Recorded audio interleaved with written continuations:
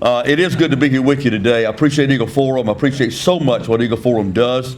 And I'm active that have been able to get to know Eagle Forum over these last couple of years, more of the things that you've accomplished over these last 50 years and are accomplishing now. I'm glad to be a part of that. I want to share just a couple of things with you, and the one I want to, of course, speak to today is the Ten Commandments bill. Let me just encourage you. We have an open door in our country today. Many of us have prayed. We sought the Lord. We really asked God to help us, and sometimes maybe we thought we just couldn't see any path forward, but God's given us a path forward through the election of Donald Trump. Isn't it amazing how we had 4 years of just grueling agony? That's the way I know to put it, but it was 4 years that was necessary. I think it was necessary 4 years. I think we see that now. We didn't see it in 2020. We see it now. It was necessary to get a focus on where we are. Isn't it amazing that even when Donald Trump was out of office, his efforts while he was in office gave us the overturning of Roe v. Wade? And it also gave us something else that's extremely important. It gave us 3 Supreme Court justices that decided that, you know what, as a Supreme Court justice, they're supposed to follow the Constitution. Isn't that a novel idea? Isn't that a novel idea? And in doing that, they overturned some of the laws that for over 50 years had dominated our religious freedom and had suppressed it. Moving the Ten Commandments, moving religious objects, moving all these things out of our public sphere. The one case that was which y'all had Coach Kennedy at your event a few months ago, met him also in Lynchburg, Virginia back in the summer with NACL.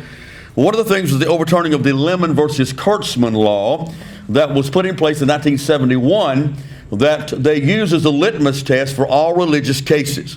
That law was overturned through the Supreme Court that decided to follow the Constitution, to follow precedent, and follow the foundation of our nation. What this has done, this has given us tremendous opportunities now not to put back things, but to return things.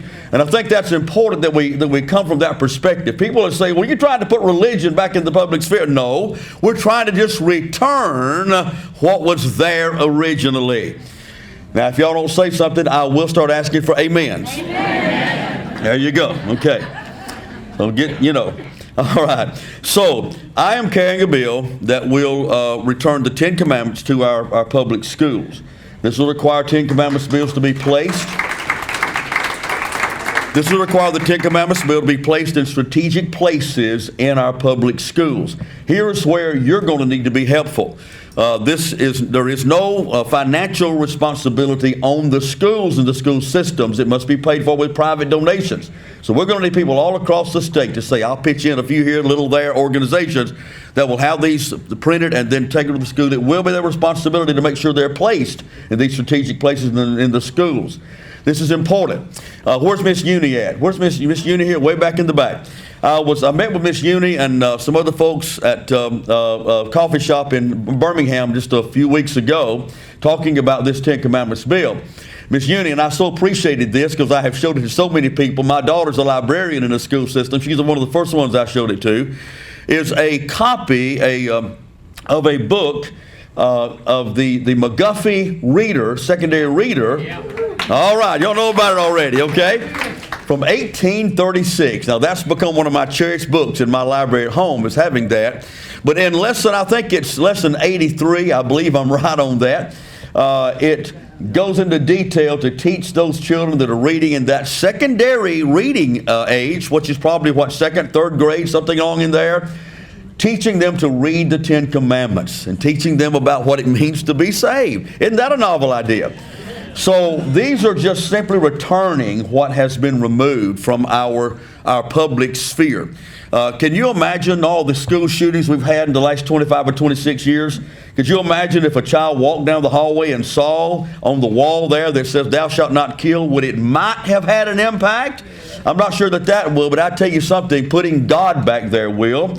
Because God is not cursing us because of what we've done. He just said, get me out of the way and see what happens. So we got to put him back in this sphere, okay? So I want your support with that. We do have the Attorney General's support. I don't see a clock. Oh, there it is. Okay. We do have, when I first went to the church I'm at now, we have a balcony back here. And there was a clock back there. Well, after a Sunday or two, I removed the clock. Somebody put it back, but I took it down again, and it ain't never been back. Amen. Just thought I'd throw that in. Where was I? Oh, yeah, AG. Our Attorney General Steve Marshall has come out with 2 different articles supporting the Louisiana 10 Commandments and supporting this. I talked with AG Marshall earlier this week. He is supportive of this, and I'm going to be corresponding with him a little bit more to make sure we do have his support and we can use that as we're talking about this bill. As I mentioned, the lemon law was overturned, and the lemon law has paved the way. Now, here's what we got to do.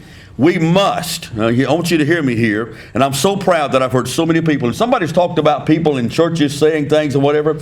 I understand that we don't need to get up on Sunday morning and do nothing but preach politics every Sunday, but I guarantee you, if you attend my church, they have heard. Matter of fact, I told my church, I said, do you understand that when you get to the pearly gates, the first thing St. Peter's going to ask you, did you go to the polls and vote? Now, I know that's not exactly true, but still, it makes a point, okay? The lemon law's gone. This thing that stood in the way. And what we've got to do now is we have got to move. We've got to act. We've got to strike while the iron is hot. Did you hear what I said? We can't be lax. We can't be slack. We've got to strike while the iron is hot to begin to put back these things. Because somebody said it earlier, we've got to move to make sure we solidify these things, because if we don't, there's going to be another administration come in that's going to reverse all the other things. So we've got to move. We've got to put these things in. We have a tremendous, tremendous opportunity. I want to share another bill right quick while I'm watching the clock here. I want to share another bill quickly that I'm doing. It's called the School Chaplains Bill. We almost got that passed last year. But this bill would allow chaplains to go into our schools and be there to help our teachers and our administrators with that emotional support they need to get through the day. I've got 2 daughters. They both teach in public school. It's a war zone in many cases, and they need that support. So that's something else you can support too. And by the way, and I'll close with this, and you know, by the way, when you're on Sunday morning, when your pastor says in closing, do y'all know what that means? Absolutely nothing. It's going to be 2 or 3 more. Nevertheless, I do want to give a shout out to our Speaker of the House. When you come down and see the State House and see the chambers there, the House floor, you'll see the words "In God We Trust" over the back wall, and I think that's a tremendous additive to our State House. So, thank you so much. Good to be here today. Thank you, Miss Becky. God bless you.